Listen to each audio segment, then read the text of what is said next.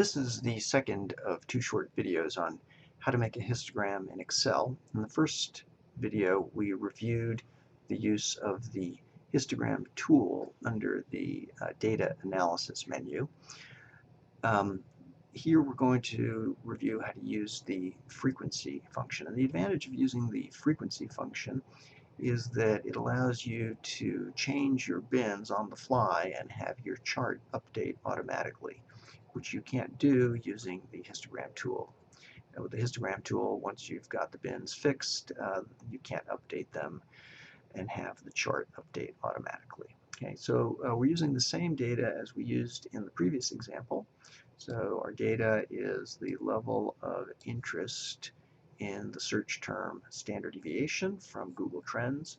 So that shows the level over time, and over here on the left we've got the observations. And we've got, go down to 2015, starting in 2004. Okay, so there are the observations. The minimum over the whole range, as we saw before, is 16. The maximum over the whole range is 100. So that's the range of our data. And here I've gone ahead and started with a not very good guess for what my bins might look like. Okay, so 20 to 115. All right, now to use the frequency function, what I do is I type frequency, and then the first thing I need to tell Excel is where is my data. That's over here, so we go ahead and select the data. And then the next thing I need to tell it is where my bins are. Okay, there are my bins. Okay, so the frequency function is saying, first argument is where's the data, second argument is where are the bins. Now I hit enter, and that tells me that there are 6 observations in my data that are less than or equal to 20. Okay, now what I want to do is fill that in for the rest of the range. Now the tricky thing here is we're dealing with an array function, so I can't just copy and paste in the usual way. Instead, what I need to do is select the range that I want to copy to. Okay, now you can't see the next step, so I'm just going to have to tell you what I'm doing.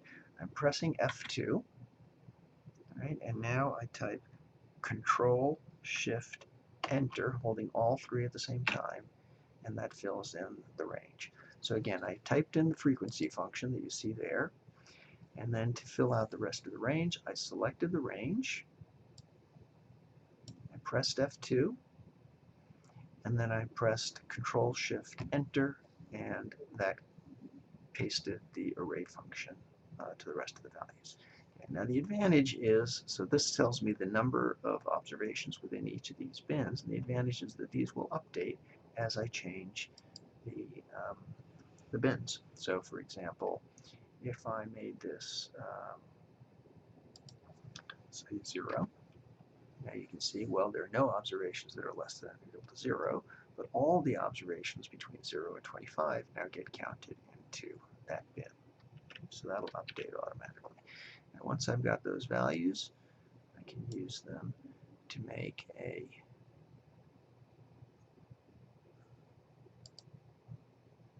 chart.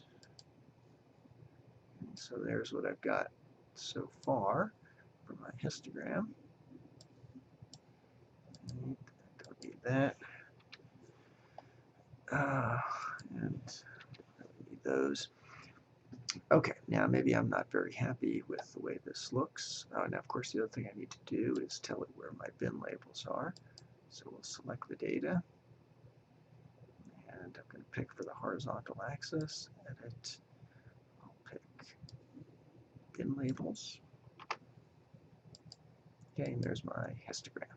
Okay, now I notice here that maybe I've lumped too many together in this lower bin, and maybe I don't need so many bins up here. So that suggests that maybe I want to try modifying these. So maybe I'll try starting at 0, and maybe instead of going increments of 10, maybe I'll try increments of 15. All right, let's go ahead and drag that down. Okay, well, now the frequency counts update so that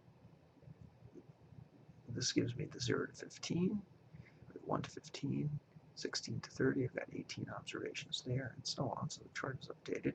Now, of course, I don't really want to include all of these in my range, so I would need to go in now and modify the chart so that it doesn't include all these other values. Get a nicer chart. Let's go ahead and do that. Select data. So I'm only going to include, let's say I only want to include those values there. And similarly here, I only want to include those. And the chart has updated accordingly. Okay, now, of course, all those other frequency values are still there. One of the things about a frequency function is I can't just go in and say, you know what, I don't need these, I'm going to delete them.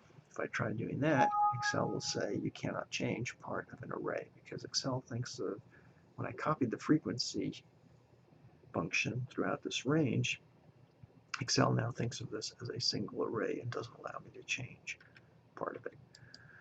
But I don't need to change it, I just need to tell my chart that it only needs to use this part of the data.